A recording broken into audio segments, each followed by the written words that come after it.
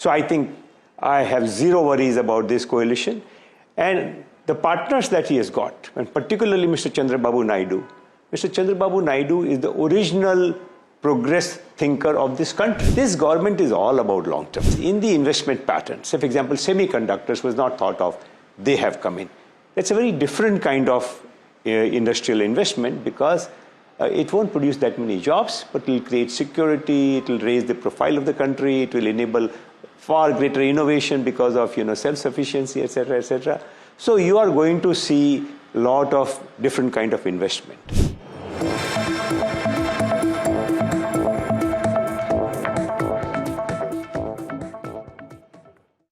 Thanks so much for tuning into this very special episode of Profit Insights. I'm Niraj Shah, and we are in conversation with somebody who looks at markets, macros, economy, policy, and a lot more with an experienced eye, like very few others might have. I'm talking about Mr. Vallabh Bhanshali. He's with us, and in fact, we are at his office to try and understand how does he gauge the scenario now for the next 5 years post the government formation. Mr. Bhanshali, thank you so much, sir, for talking to us. My pleasure, absolutely. So I want to start off with this whole thing that everybody, whether who's watching markets, economy, or policy, is wondering as to what could happen because it is a quote-unquote coalition government. Do you have any thoughts here? Sure. So I think we cannot look at coalition without its leadership. So if you look at India's history over the last 30-odd years, we have had many coalition governments. So you see a coalition government with a strong leader, or you see a coalition government with a weak leader. And the moment you reflect through this prism, you can see that a coalition government with a strong leader had done very well. If you look at the change that the first major coalition government, 1991, Mr. Narasimha Rao, there's history today, he gave India the economic or the large dose of economic freedom. We became independent really due to Mr. Narasimha Rao. Then you had Mr. Vajpayee, who had a coalition government, but a strong leader with clear head, etc. Then we had a coalition government for a long time, but maybe the leadership was divided or whatever, etc. And so they built on the momentum provided by Mr. Vajpayee, but they lost their way somewhere and whatever happened. And then we had this big slump from 2011-12 onwards, which, went on for a long period of time. And now you have Mr. Modi, a strong leader, and they look at the kind of statements that have come in the last 4 days from his partners, from the world, etc., that, oh, this is so much more to look forward to instead of, being worried about. Right. And I am a lot into nature, and I try and read those signals. And I clearly see this, that if had nature wanted Mr. Modi to be defeated, it was easy. Nature has said, I've given you a shock, I have not defeated you. So I think Mr. Modi, knowing him, he is going to take this very seriously, and he looks forward to, and we can talk more about it, that how many good things do I see out of this kind of government. So I think I have zero worries about this coalition, and the partners that he has got, and particularly Mr. Chandrababu Naidu. Mr. Chandrababu Naidu is the original progress thinker of this country. True. Way back 25 years, or maybe more, he was the one who was building the metro in Hyderabad, the electronic city, the new airport, and whatnot. So to have two of them together with the major partners, I think speaks wonders about what to expect. Sometimes reforms can have a near-term impact on growth, and which is what I was trying to understand from you, sir, that if the world is going through an anemic period of growth, if it does, and if India can shine, but it can't really outshine in a very big fashion what's happening around the world, will the government, to your mind, take reforms even if it impacts near-term growth, or will it be a mix of a judicious choice of some reforms and some fiscal push in order to ensure that growth doesn't get impacted too badly? So Niraj, if you just look at what happened, did the government attempt demonetization however it went? It was known it will dampen. But the government said for the long term this is worth attempting, they attempted it. And then GST. They attempted GST before they were going to face a general election. This government is all about long term. Okay. And a lot of the bottom level reforms have been done.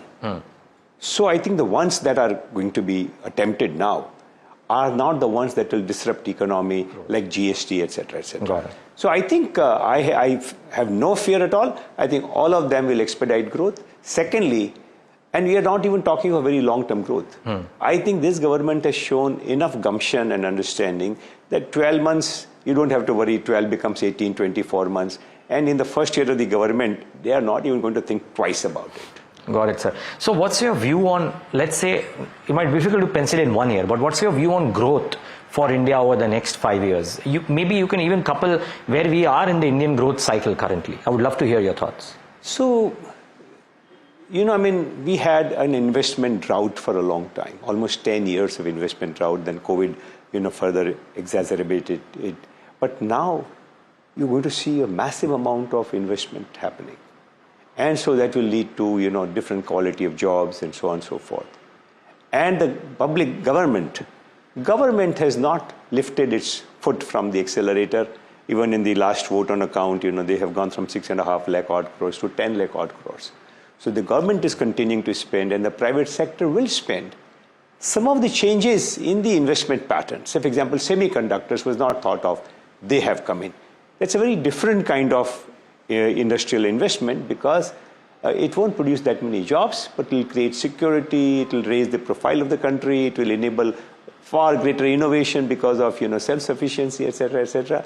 So you are going to see a lot of different kind of investment. You're seeing changes in consumption. So like in the current story, in the last 12 months particularly, a lot of people have observed that the entry-level cars are not selling, entry-level two-wheelers are not selling, but you can sell any amount of luxury cars. That's true. The same is happening in housing to some extent and so on and so forth. Yes, this is a rolling effect of what is happening. So the top-level incomes are probably not growing as much as some of the middle income brackets.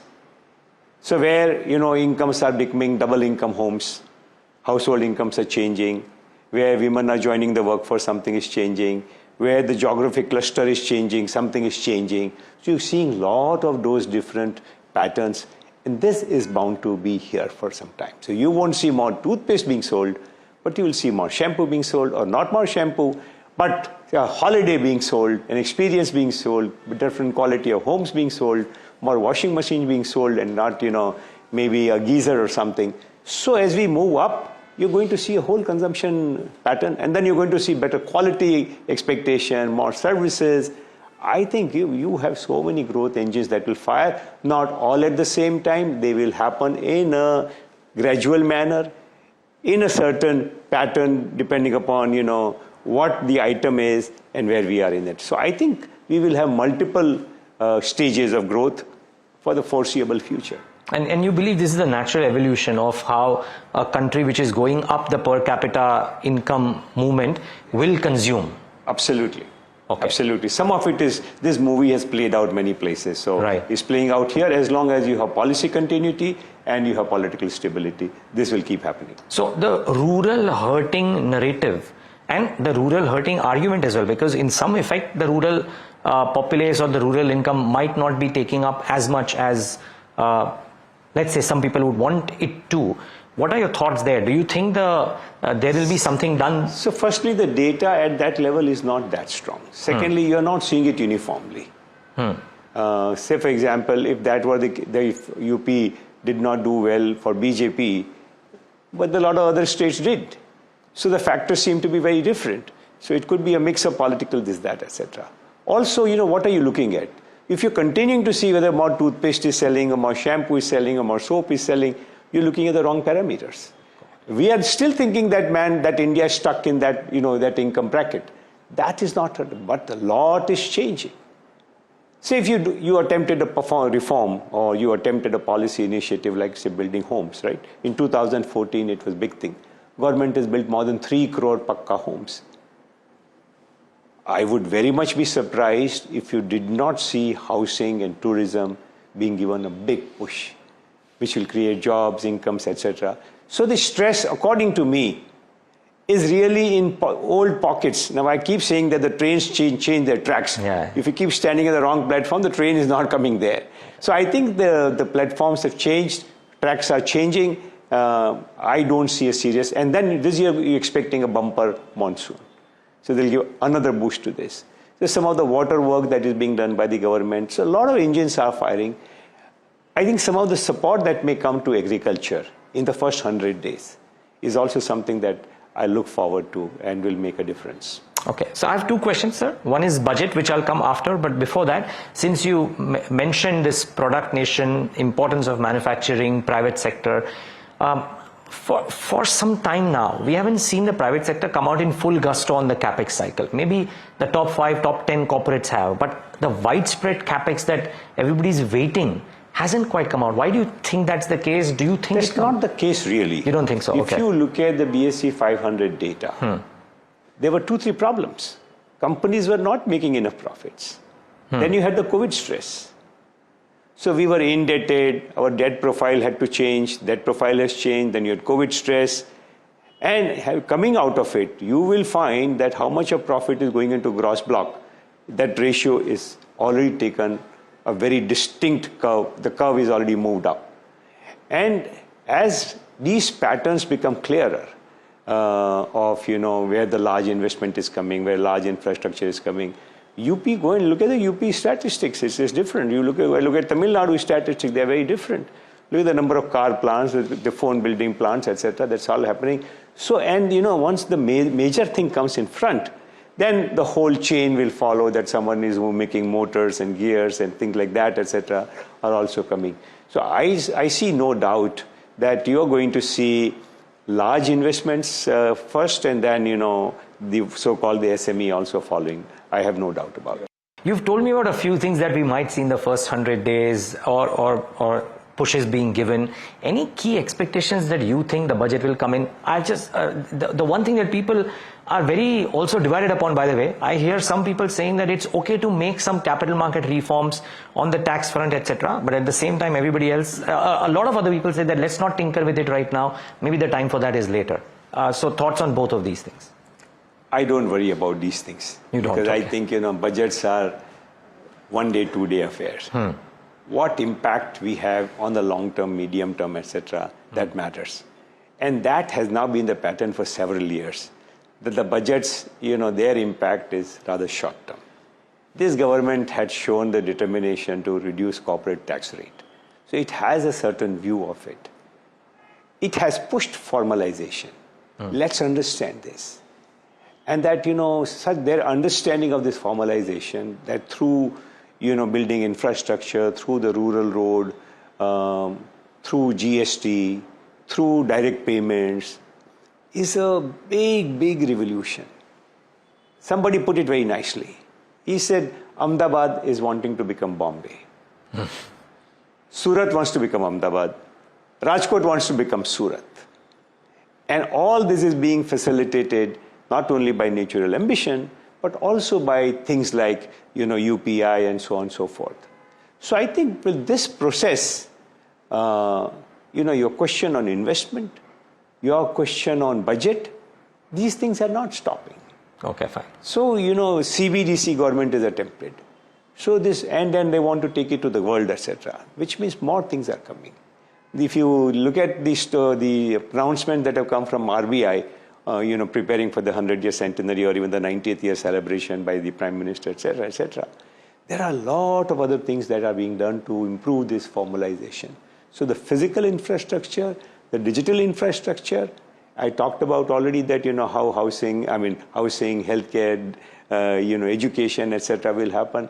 So I see budget not really being my main concern. Okay. Do I see becoming majorly populist? I don't see that at all. Okay. You will see some doses of populism that one has to see, but they will be short-lived. I don't think they are going to make a dent in our...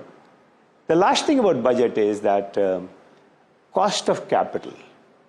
In a country where the government has announced a 1 lakh crore of innovation kind of fund, they haven't called it very articulately, but they said 1 lakh crore fund for 50 years.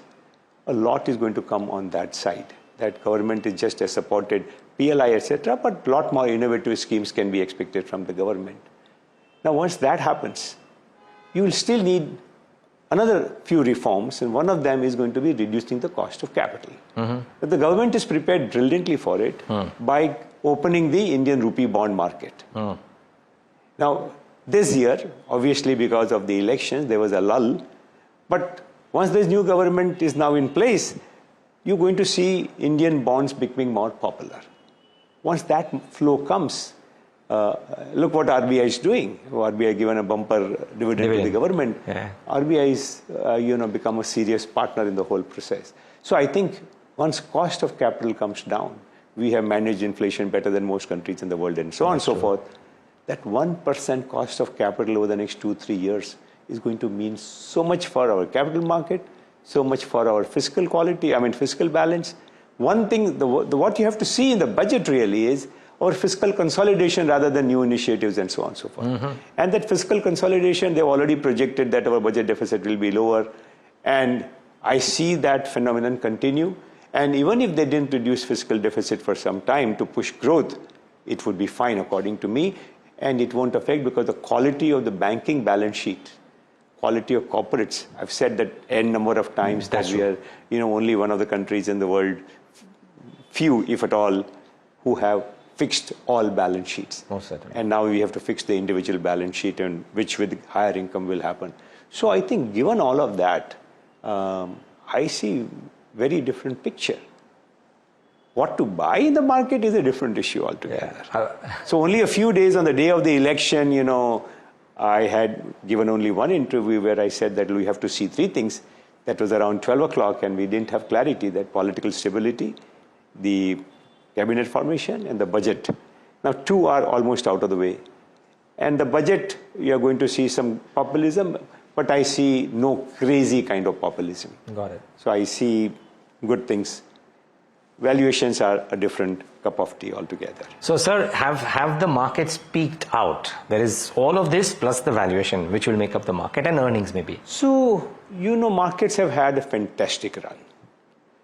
And so the markets will always have this, run up and consolidation, which might mean, some kind of trough also.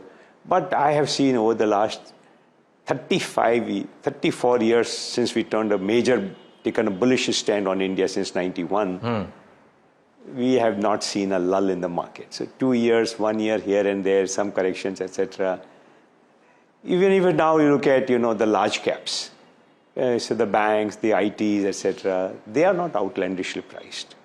So foreigners, they had to cover their shorts and they are not in it. This, what I talked about, Ahmedabad, Surat, etc., that's happening also on the investment front. If you look at the new money that is coming into mutual funds, etc., is coming in this kind of chain. So this whole new track of money is coming from their side. So I think this will keep happening. One has to be careful in the market. We have seen steep corrections in so many stocks. So that, I think, is a worry. Markets had taken some kind of breather because of the elections and the noisy election that we have, etc. So I think the long-term investors should have no worry at all. They should continue to, invest money whenever they see an opportunity in the market. The markets are not cheap, but not everything is very expensive, I would say.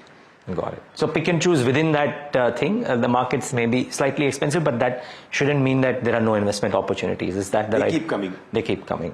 Got it. I have last two questions, sir. One is slightly from the general knowledge perspective, and one is a personal question. The non-personal question first.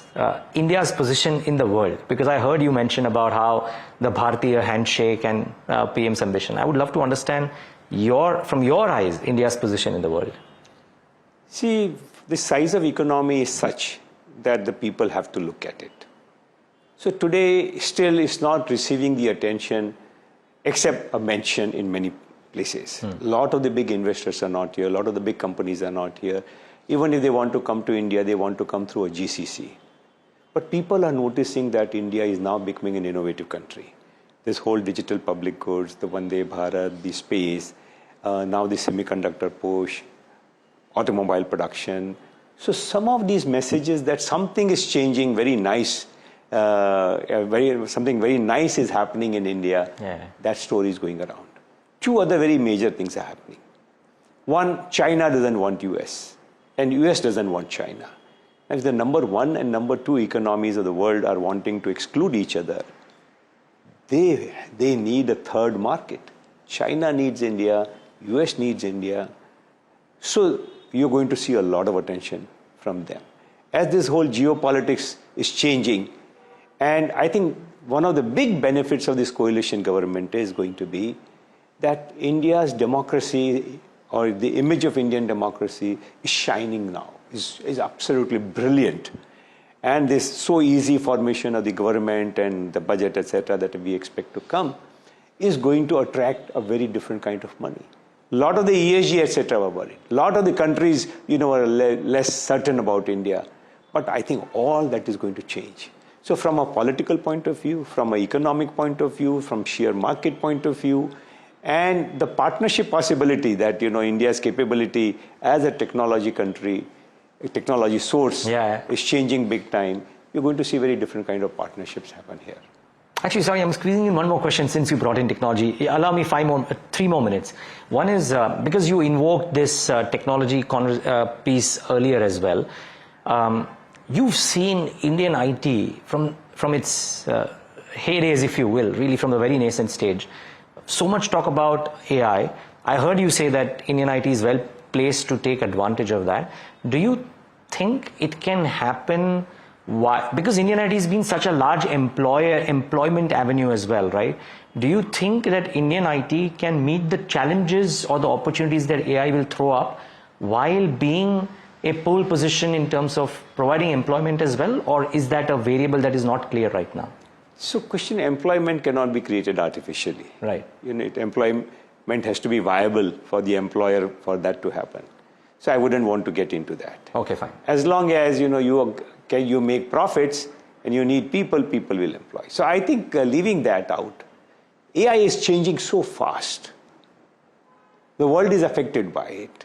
At a time where there are so many geopolitical issues, America wanting to become domestic economy and so on and so forth, therefore there's been a double effect of, understanding what to do about it. Given the fact that, uncertainty doesn't last forever, Indian IT companies also were trying to understand. But as has happened with all the previous technologies, it's just a matter of time that they catch up as to what the customer wants, how to deliver it.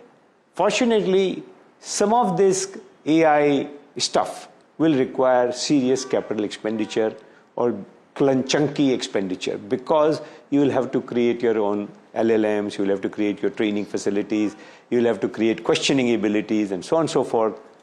And these companies have enough cash to do that. Got it, sir. So you will find that in IT, large companies taking big advantage of it. Some of the small ones which are highly specialized, they may also be able to do that. But a lot of the middle may have difficulties. Within the organization also, you are going to see the middle being squeezed, the employment, and therefore it will be a net question. While they let some people go, they will hire new people. So I see this IT on the whole coming out quite nicely in the next 2-3 years. Got it. My final question, sir. You've seen multiple economic cycles, market cycles, and wealth creating cycles. I would love to know from your perspective, when you combine all the three and think of purely from an investing perspective, are the next 5-10 years, they are good, admittedly they'll be very good. Are these amongst the best that you foresee relative to all that you've seen in the past? Because everybody says there is nothing like 2003 to 2008 that they have seen in terms of wealth creation. I would love to understand how you think about it. So all these, for example, what wealth got created between the COVID dips and now is also phenomenal. And which shows that when there is misunderstanding, when there is extreme fear, when you are able to catch that market bottom for that point of time, that really provides the best opportunity. It is not a period or something. So when that new government came in 2004 and people thought market tanked and market went into a circuit filter, etc., that provided the opportunity. The low prices that create the great opportunity. Look for low prices. Investors' best friend is those low prices when people are very scared. Just now we don't have scared markets. We have quite bullish markets. Got it. Well, that's a gem of an answer. Thank you so much, Mr. Vallabh Bhanshali. Really appreciate your time. My pleasure, absolutely. And Thank you have a great next 5 years, sir. Thank you for talking to me. And I see next great 30 years at least for India. Cross fingers for all of that. Thank you, sir. Thank you so much. Thank you. And viewers, thanks for tuning into this very, very special conversation with none other than Mr. Vallabh Bhanshali.